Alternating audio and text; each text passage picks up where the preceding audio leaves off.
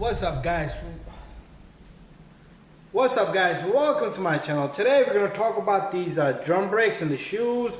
And as you can see, there's a liquid down here. All the way in the bottom, there's a lot of liquid in there. And also, I have this wheel cylinder here in my hand. We're going to talk about why did this wheel cylinder leak and what can you do to prevent this from happening on your vehicle. I came across a few cars in my career that cylinder completely leaked and the car was only probably like 5 years old. And there's a reason why. Because there's something here called a cylinder which needs to retract in and out. So there's piston cylinders here. As you can see right there, this is the piston cylinder. So I'm going to show you why this piston simply just came out of its place and why did it leak. It still has this coloring. The coloring hasn't even came off, and the cylinder would not have leaked if the owner of the vehicle had did something that he should have had done way before this occurred. Anyways, let's look up close and personal, okay? So let me clean up my hands and we're gonna bring the camera down. Okay, so what's happening here is, let's put this spring here so we have a little tilt to it, deploy a cloth underneath. So we got our, we're gonna take out the spring out of this so it's easier for me to put this guy back in. So there's a seal right here. As you can see, there's a seal right here onto this piston right here. There's a seal, you see right in the center? The black color O-ring is the seal.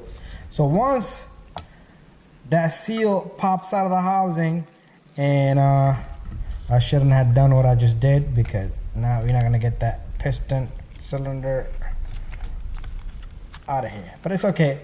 So this sits, I still need to figure out how I'm gonna do this.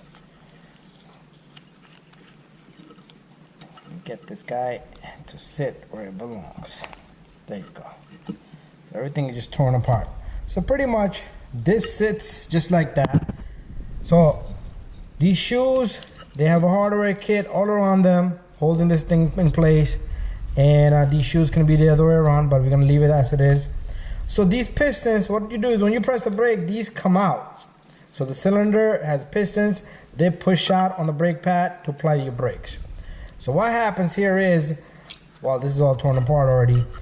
Once your brake shoes, I don't know if I said pads earlier, but these are called shoes.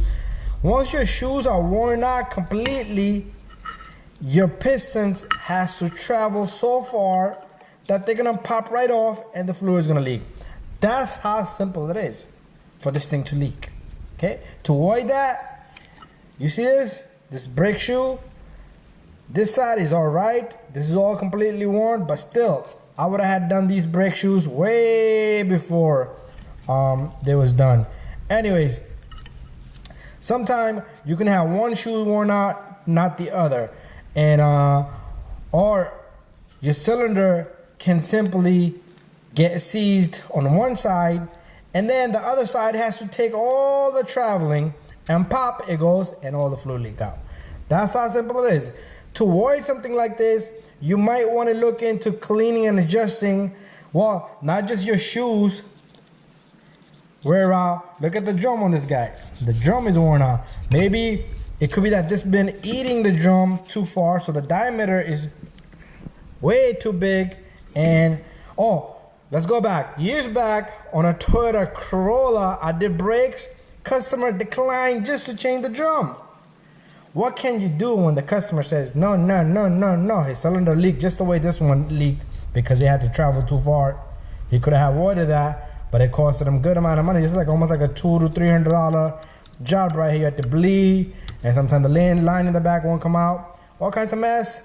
Anyways, and you had to do it complete hardware, and it's a mess in there. Always there's a mess in there. But anyways, the customer said no way I'm gonna pay for the drums.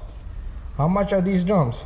They're probably like 18 bucks each if you go buy them. If the mechanic buys them, he might sell you for 25 bucks each. But I try to keep it fair. What I get it for, I just tax people on top of it. And anyways, you could change the shoes, you could change the cylinder once this occurs, you could change all the hardware inside, But just because the diameter is too big now, from here to here, because you see there's a big lip here. There's a big lip on this side too. Okay, so this diameter has probably a quarter of an inch and quarter of a little bit, a quarter of an inch. That's almost, let's say, it's a quarter of an inch. That's a lot. Okay, these pads are only about like not a quarter inch, but like that much. Like when you put 3 pennies together, that's how much is this worn.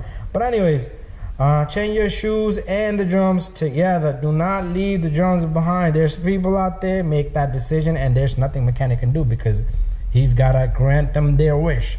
But anyways, thank you for watching. I hopefully gave you a good idea that what happened here and how you can avoid this. So simply do your clean and adjust every 15,000 miles.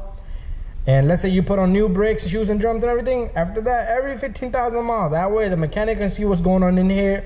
You will know what's going on in here. You will know the thickness of your shoes. And before it gets to this point, spending $300 extra. And again, once these finish, new one finishes, another $300, that's a waste. These cylinders shouldn't leak that easy. Okay, I seen cars that are years old and they still haven't leaked that. But anyways, thank you for watching, guys. See you guys in the next one.